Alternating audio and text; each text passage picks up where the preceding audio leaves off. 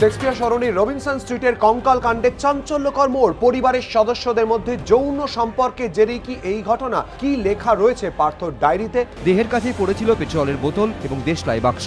Robinson street Robinson street Robinson street Robinson street Robinson street কঙ্কাল কাণ্ডের পার্থদের অস্বাভাবিক মৃত্যু। সালটা 2015। কলকাতা শহর তখন নিজের মতোই ব্যস্ত। শহরের বুকে হাজার হাজার মানুষ প্রতিদিনের মতো অফিস যাচ্ছে, বাড়ি ফিরছে। রাস্তায় মানুষ ছুটছে, কেউ সন্ধেবেলা চায়ের দোকানে দাঁড়িয়ে রাজনীতি নিয়ে তর্ক করছে, আবার সেই সারা দিনের ক্লান্তি কেউ নিয়ে বাড়ি ফিরছে। এই শহরে প্রতিদিন হাজার হাজার মানুষ একে অপরের পাশ দিয়ে হেঁটে যায়। কিন্তু সেই একই শহরের এক পুরনো বাড়ির বন্ধ দরজার ওপারে তখন এমন এক সত্যি লুকিয়েছিল যা জানার পর শুধু কলকাতা শহর নয়, গোটা দেশ স্তব্ধ হয়ে গিয়েছিল। আচ্ছা, একটা প্রশ্ন করি আপনাদের। যদি আজ আমি বলি এমন একটা বাড়ির গল্প আমি আপনাদের শোনাতে চলেছি, যেখানে একই ছাদের নিচে একজন মানুষ মাসের পর মাস বসবাস করেছিলেন, অথচ সেই বাড়িতেই পড়েছিল তার নিজেরই পরিবারের একাধিক মৃতদেহ, তাহলে কি আপনাদের বিশ্বাস হবে? হয়তো হবে না, কারণ এই ধরনের গল্প আমরা সাধারণত সিনেমায় দেখি, বাস্তব জীবনে নয়। কিন্তু সবচেয়ে ভয়ের বিষয়টা এখানেই। এই ঘটনাটা কোনো গল্প নয়, এটা একেবারে ধ্রুব সত্যি। আর এই সত্যিটা এতটাই অস্বস্তিকর যে আজও এই কেসের নাম শুনলে অনেকেরই শরীরে কাঁটা দিয়ে ওঠে। সবচেয়ে আশ্চর্যের বিষয়টা কি জানেন? সেই বাড়িটার পাশ দিয়েই প্রতিদিন অসংখ্য মানুষ হেঁটে যেত। সকালে স্কুলের বাচ্চারা যেমন যেত, দুপুরে বাজারের ব্যাগ হাতে মানুষ ফিরত, বিকেলে চায়ের দোকানে আড্ডা বসতো, রাতে রাস্তা প্রায় ফাঁকা হয়ে যেত। জীবন নিজের ছন্দেই চলছিল। কিন্তু সেই ছন্দের মাঝেই একটা বাড়ির ভিতরে সময় যেন অনেক আগেই থেমে গিয়েছিল। বাইরে থেকে দেখলে বাড়িটাকে আর 5টা পুরনো কলকাতার বাড়ির মতোই লাগতো। কোনোদিন কেউ ভাবেনি ওই বন্ধ দরজার ওপারে এমন একটা বাস্তব দুঃস্বপ্ন লুকিয়ে রয়েছে, যেটা কয়েক মাস পর পুরো দেশের সংবাদ মাধ্যমের প্রথম পাতার খবর হয়ে উঠবে। তারপর একদিন সেই বাড়ি থেকে একটা অদ্ভুত গন্ধ বেরোতে শুরু করলো। প্রথমে কেউ খুব একটা গুরুত্ব দেয়নি। অনেকে ভেবেছিল হয়তো কোনো ইঁদুর মরে পড়ে আছে বা কোনো পশু পাখি বহুদিন ধরে মরে পড়ে রয়েছে। পুরনো বাড়িতে এমন তো হতেই পারে।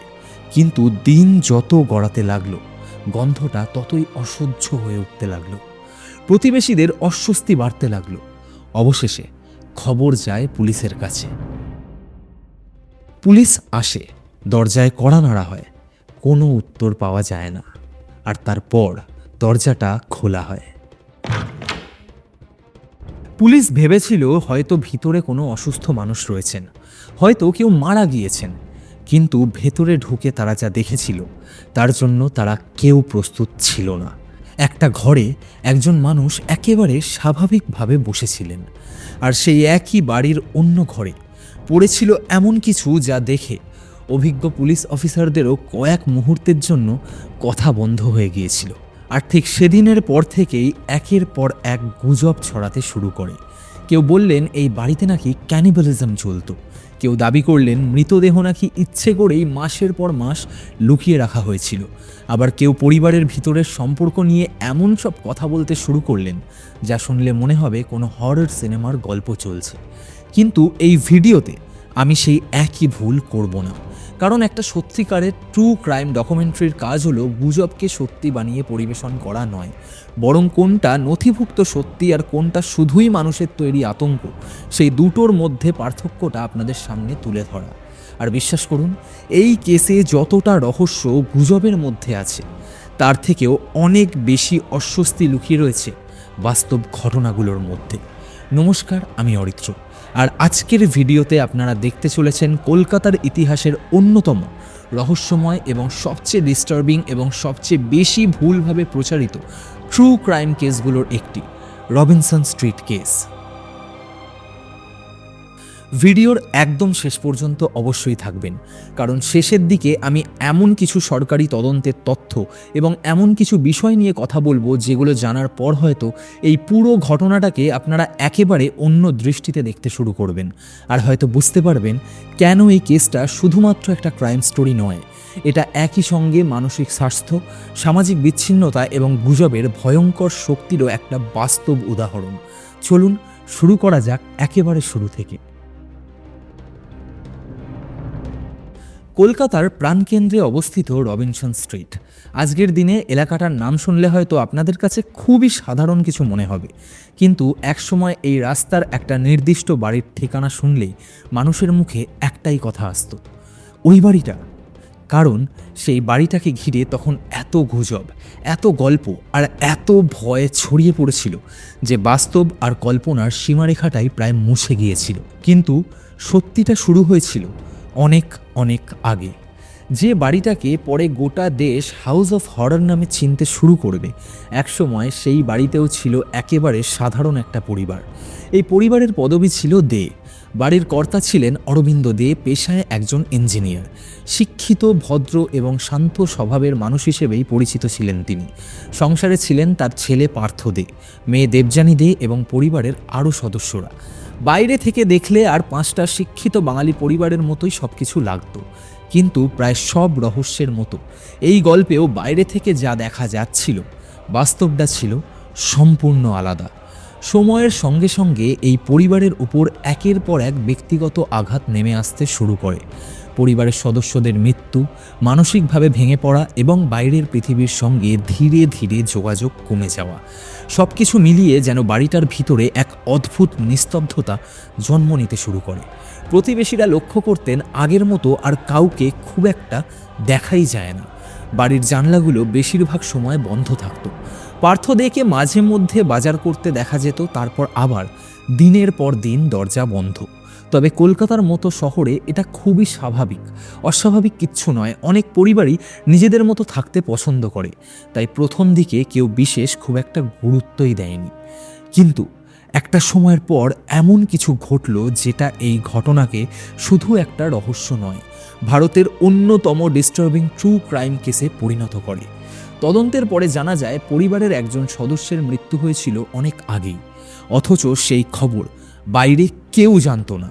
দিন কেটে যাচ্ছিল, সপ্তাহ কেটে যাচ্ছিল, তারপর মাসও কেটে যাচ্ছিল, কিন্তু বাড়ির ভিতরে কি হচ্ছে তা নিয়ে কারোর কোনো ধারণাই ছিল না। কিন্তু এই গল্পটাকে যদি সত্যিই বুঝতে হয় তাহলে আমাদের আরও কয়েক বছর পিছিয়ে যেতে হবে। কারণ রবিনসন স্ট্রিট কেস কোনো একদিনে তৈরি হয়নি। এটা ছিল একটার পর একটা ব্যক্তিগত ট্র্যাজেডি, মানসিক ভেঙে পড়া আর দীর্ঘদিনের সামাজিক বিচ্ছিন্নতার ফল। দে পরিবার একসময় ছিল সম্পূর্ণ স্বাভাবিক।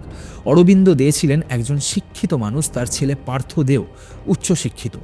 দেবযানী দেও নিজের মতন জীবন কাটাচ্ছিলেন। বাইরে থেকে দেখলে এই পরিবারটাকে নিয়ে কারোর মনে কোনো প্রশ্নই জাগত না। কিন্তু সময়ের সঙ্গে সঙ্গে এই পরিবারের ওপর নেমে আসতে থাকে একের পর এক আঘাত। পরিবারের সদস্যদের মৃত্যু, আর্থিক ও মানসিক চাপ, বাইরের পৃথিবী থেকে ধীরে ধীরে নিজেদেরকে গুটিয়ে নেওয়া, সব মিলিয়ে বাড়িটার পরিবেশ বদলাতে শুরু করে ধীরে ধীরে। প্রতিবেশীরা পরে জানিয়েছিলেন একটা সময়ের পর বাড়িটা যেন অস্বাভাবিকভাবে নিস্তব্ধ হয়ে গিয়েছিল। আগের মতো আর কাউকে তেমন দেখাই যেত না। পার্থ দেকে মাঝে মাঝে বাজার করতে দেখা যেত ঠিকই, কিন্তু দেবযানীকে অনেক দিন ধরেই কেউ দেখেনি। অবশ্য তখনও কেউ সন্দেহই করেননি, কারণ বড় শহরে মানুষ নিজের জীবন নিয়েই এত ব্যস্ত থাকে যে বাড়ির পাশের খবর রাখার সময় খুব কম মানুষেরই থাকে। আর হয়তো সেই কারণেই এত বড় একটা ট্র্যাজেডি মাসের পর মাস সবার চোখ এড়িয়ে যেতে পেরেছিল। তারপর 2015 সালের জুন মাস আসে। এলাকায় কয়েকজন মানুষ একটা অদ্ভুত গন্ধ টের পান। প্রথমে বিষয়টা নিয়ে কেউ মাথা ঘামাননি। পুরনো বাড়ি, ড্রেন, কোনো পশুর মৃতদেহ, এরকম অনেক ব্যাখ্যাই দেওয়া হয়েছিল। কিন্তু দিন যত এগোতে লাগলো গন্ধটা ততই অসহ্য হয়ে উঠতে শুরু করে। শেষ পর্যন্ত খবর যায় পুলিশের কাছে। হয়তো সেই মুহূর্তে পুলিশের কাছেও এটা ছিল আর 5টা সাধারণ অভিযোগের মতোই, কিন্তু তারা জানতো না কয়েক মিনিট পর তারা এমন একটা বাড়ির ভিতরে ঢুকতে চলেছেন যেটা পরের কয়েকদিনে ভারতের প্রতিটা সংবাদ মাধ্যমের শিরোনাম হয়ে উঠবে। পুলিশ বাড়িতে পৌঁছলো। দরজায় কড়া নাড়া হলো। কিছুক্ষণ পর দরজা খুললেন একজন মানুষ। তার মুখে কোনো ভয় নেই, কোনো অস্থিরতা নেই, যেন সব কিছুই একেবারে স্বাভাবিক। তিনি ছিলেন পার্থ দে। পার্থ দে দরজা খুলে পুলিশের দিকে তাকিয়ে একেবারে শান্ত গলায় কথা বললেন।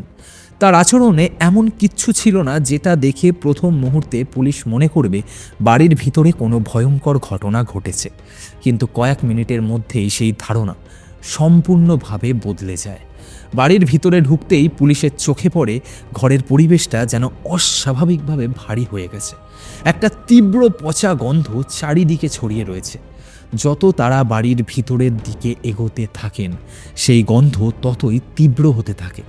অবশেষে তারা পৌঁছন বাড়ির একটি ঘরে, আর সেখানেই প্রথম বড় ধাক্কাটা তারা খায়। ঘরের ভিতরে পড়েছিল একজন মহিলার কঙ্কালসার দেহাবশেষ। তদন্তের পরে জানা যায় তিনি ছিলেন পার্থ দের দিদি দেবযানী দে।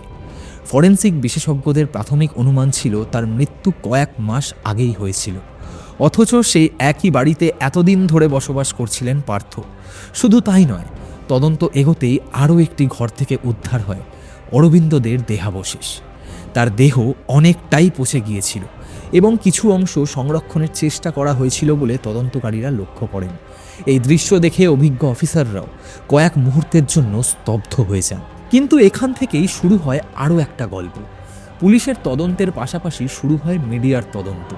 আর যত ক্যামেরা ওই বাড়ির সামনে জড়ো হতে লাগলো, ততই একের পর এক চাঞ্চল্যকর দাবি সামনে আসতে শুরু করলো। কেউ বলল পার্থ দে নাকি মৃতদেহের সঙ্গে কথা বলতেন, কেউ দাবি করতেন তিনি নাকি বিশ্বাস করতেন একদিন তার পরিবারের সবাই আবার বেঁচে উঠবেন।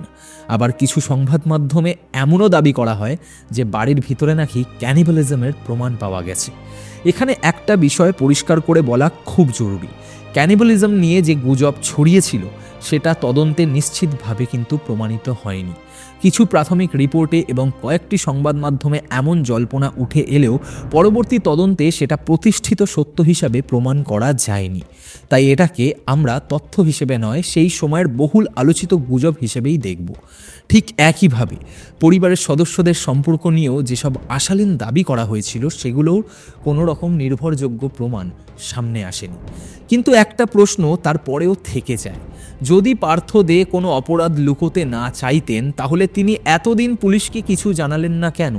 কেন তিনি একই বাড়িতে মৃতদেহের সঙ্গে বসবাস করছিলেন? এটা কি কোনো পরিকল্পনা ছিল, নাকি এর পেছনে ছিল এমন একটা মানসিক অবস্থা যেটা সাধারণ মানুষের পক্ষে কল্পনা করাও ভীষণ ভীষণ কঠিন? এই প্রশ্নগুলোর উত্তর খুঁজতেই তদন্তকারীরা পার্থ দেকে নিয়ে বিস্তারিত মনস্তাত্ত্বিক মূল্যায়ন শুরু করেন। আর সেখান থেকেই বেরিয়ে আসে এমন কিছু তথ্য যেগুলো পুরো ঘটনার দৃষ্টিভঙ্গিকেই পুরোপুরি বদলে দেয়। পুলিশের কাছে তখন একের পর এক প্রশ্ন জমা হতে শুরু করেছে, কিন্তু সবচেয়ে বড় প্রশ্নটা ছিল একটাই, একজন মানুষ কিভাবে প্রায় 6 মাস ধরে নিজের দিদির কঙ্কালের সঙ্গে একই বাড়িতে থাকতে পারেন? এটা কি শুধুই কোনো অপরাধ লুকিয়ে রাখার চেষ্টা, নাকি এর পেছনে ছিল এমন একটা মানসিক অবস্থা যেটা সাধারণ মানুষের পক্ষে বোঝাই কঠিন? তদন্তকারীরা পার্থ দেখে জিজ্ঞাসাবাদ শুরু করেন, কিন্তু তার উত্তরের অনেকটাই ছিল অদ্ভুত। কখনো তিনি বলেছেন দিদি কোথাও যাননি, বাড়িতেই আছেন। আবার কখনো তিনি এমনভাবে কথা বলছিলেন যেন দেবযানী এখনও এই বাড়িরই একজন জীবিত সদস্য। তদন্তকারীদের কাছে ধীরে ধীরে পরিষ্কার হতে শুরু করলো এই ঘটনাকে শুধুমাত্র ক্রিমিনাল ইনভেস্টিগেশন হিসাবে দেখলে ভুল হবে। এর সঙ্গে জড়িয়ে রয়েছে একজন মানুষের মানসিকভাবে ভেঙে পড়ার গভীর গল্প। এরপর পুলিশ বাড়ির প্রতিটা ঘরের তল্লাশি শুরু করে, আর তখনই সামনে আসতে থাকে আরও কিছু অদ্ভুত জিনিস। বাড়ির বিভিন্ন ঘরে ছড়িয়ে ছিটিয়ে ছিল বিভিন্ন রকমের ডায়েরি, খাতা আর হাতে লেখা অসংখ্য নোটস। কিছু লেখায় ছিল আধ্যাত্মিকতা, কিছুতে ব্যক্তিগত অনুভূতি, আবার কিছু লেখা ছিল এতটাই বিচিত্র যে তদন্তকারীরা বুঝতেই পারছিলেন না এগুলো একজন সুস্থ মানুষের লেখা নাকি দীর্ঘদিনের মানসিক যন্ত্রণার বহিঃপ্রকাশ। আর ঠিক এখান থেকেই শুরু হয় মিডিয়ার সেই অংশ যেটা আজও এই কেসকে ঘিরে বিতর্কের অন্যতম কারণ হিসাবে দাঁড় করিয়ে রাখে। একের পর এক টেলিভিশন চ্যানেল, সংবাদপত্র আর ট্যাবলয়েড এমন সব শিরোনাম প্রকাশ করতে শুরু করে যা মানুষের কৌতূহলকে কয়েক গুণ বাড়িয়ে দেয়। House of horror, cannibal house, insect mystery, এমন সব শব্দ ব্যবহার হতে শুরু করলো যেন ঘটনাটা কোনো হরর সিনেমার চিত্রনাট্য। এরপর সামনে আসে সবচেয়ে চাঞ্চল্যকর দাবি। পুলিশের একটি তদন্তকারী দল ক্যানিবালিজমের সম্ভাবনাও খতিয়ে দেখছিল, কারণ বাড়ির ভিতরে উদ্ধার হওয়া কিছু পরিস্থিতি নিয়ে তাদের ভেতরেও অনেক রকমের প্রশ্ন জেগে উঠেছিল। কিন্তু এখানে একটা বিষয় খুব স্পষ্ট করে বলা দরকার, এটা ছিল তদন্তের একটি সম্ভাব্য দিক মাত্র। পরবর্তীকালে এই অভিযোগ নিশ্চিতভাবে প্রমাণিত হয়নি। অর্থাৎ পার্থ দে যে ক্যানিবালিজম করেছিলেন এমন দাবি প্রমাণিত সত্য নয়। এটা সেই সময়কার সবচেয়ে আলোচিত গুজবগুলোর একটি মাত্র।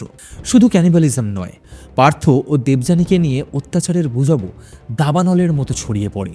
কয়েকটি সংবাদ মাধ্যমে ডায়েরির কিছু অংশ উদ্ভূত করে নানা রকম ইঙ্গিত দেওয়া হয়, কিন্তু পরবর্তীকালে তদন্তে এই সম্পর্কের দাবিরও নির্ভরযোগ্য প্রমাণ কিন্তু পাওয়া যায়নি। বরং তদন্তকারীরা বারবার বলেছিলেন চাঞ্চল্যকর দাবি আর প্রমাণিত তথ্য দুটো এক জিনিস নয়।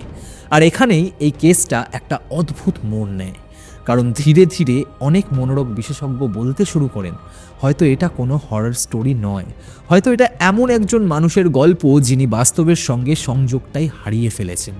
কিন্তু সত্যিই কি মানসিক অসুস্থতাই এই ঘটনার একমাত্র কারণ ছিল, নাকি এখনও এমন কিছু প্রশ্ন রয়েছে যার উত্তর পার্থ দে ছাড়া কেউ কোনোদিন দিতে পারবে না? কারণ 2017 সালে এই কেস আবারও এমন একটা মোড় নেয় যেটা শুনে অনেকেই বলেছিলেন রবিনসন স্ট্রিটের রহস্য সম্ভবত চিরদিনের মতো রহস্যই থেকে যাবে। কিন্তু তদন্ত যত এগোতে লাগলো ততই একটা বিষয় পরিষ্কার হতে শুরু করে। পুলিশের কাছে তখনও এমন কোনো প্রমাণ ছিল না যেটা থেকে বলা যায় পার্থ দে তার দিদি বা বাবাকে হত্যা করেছিলেন।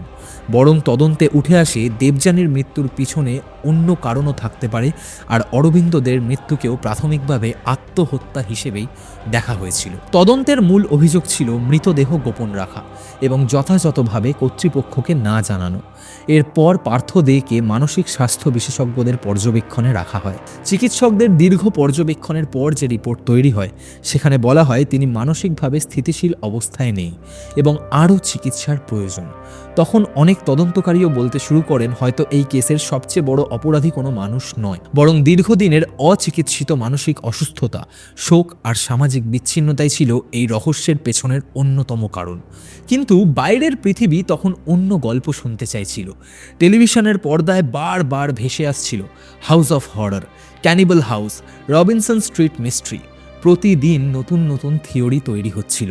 যেসব বিষয় তদন্তে নিশ্চিতই হয়নি সেগুলোকেও অনেকে প্রতিষ্ঠিত সত্যি হিসেবে বলতে শুরু করলেন। আর হয়তো সেখানেই পার্থদের জীবনের দ্বিতীয় ট্র্যাজেডির শুরু। প্রায় 2 বছর কেটে যায়। পার্থ দে ধীরে ধীরে স্বাভাবিক জীবনে ফেরার চেষ্টা করছিলেন।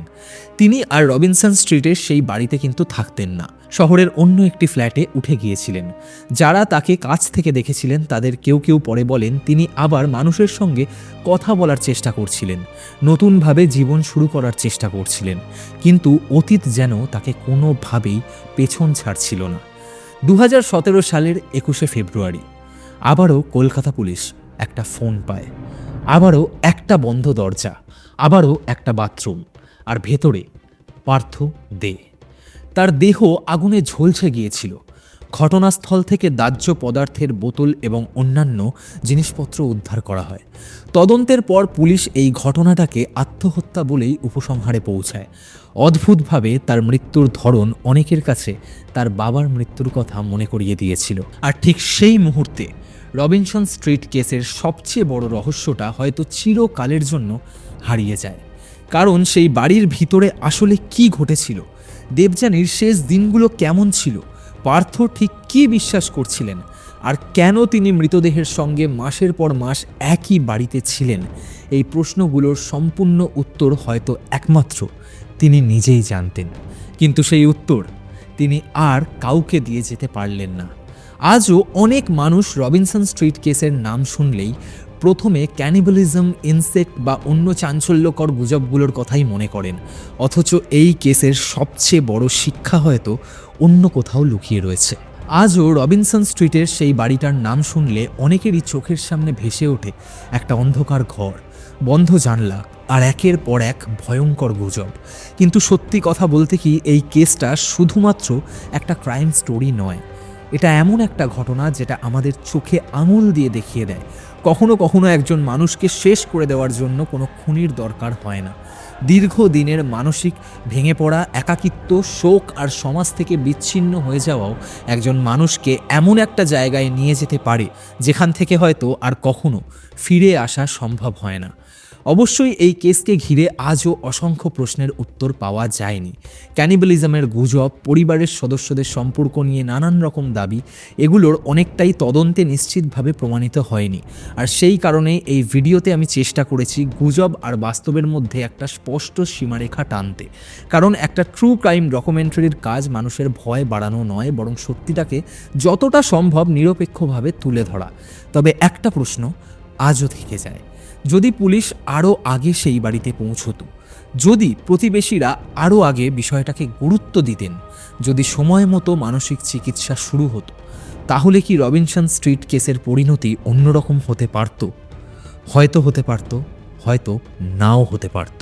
এর উত্তর আজ আর কোনোভাবেই আমাদের জানার কোনো উপায় নেই। কিন্তু একটা বিষয় নিশ্চিত, রবিনসন স্ট্রিট কেস শুধু কলকাতার ইতিহাসে নয়, ভারতের সবচেয়ে অদ্ভুত, সবচেয়ে অস্বস্তিকর এবং সবচেয়ে ভুলভাবে বোঝা ঘটনাগুলোর মধ্যে চিরকাল নিজের জায়গা করে রাখবে। আপনাদের কি মনে হয়, রবিনসন স্ট্রিট কেসে পার্থদে কি শুধুই একজন মানসিকভাবে ভেঙে পড়া মানুষ ছিলেন, নাকি এমন কোনো সত্য আজও আড়ালে রয়ে গেছে যেটা আমরা কোনো দিনই জানতে পারবো না? নিজেদের মতামত অবশ্যই কমেন্টে জানাবেন।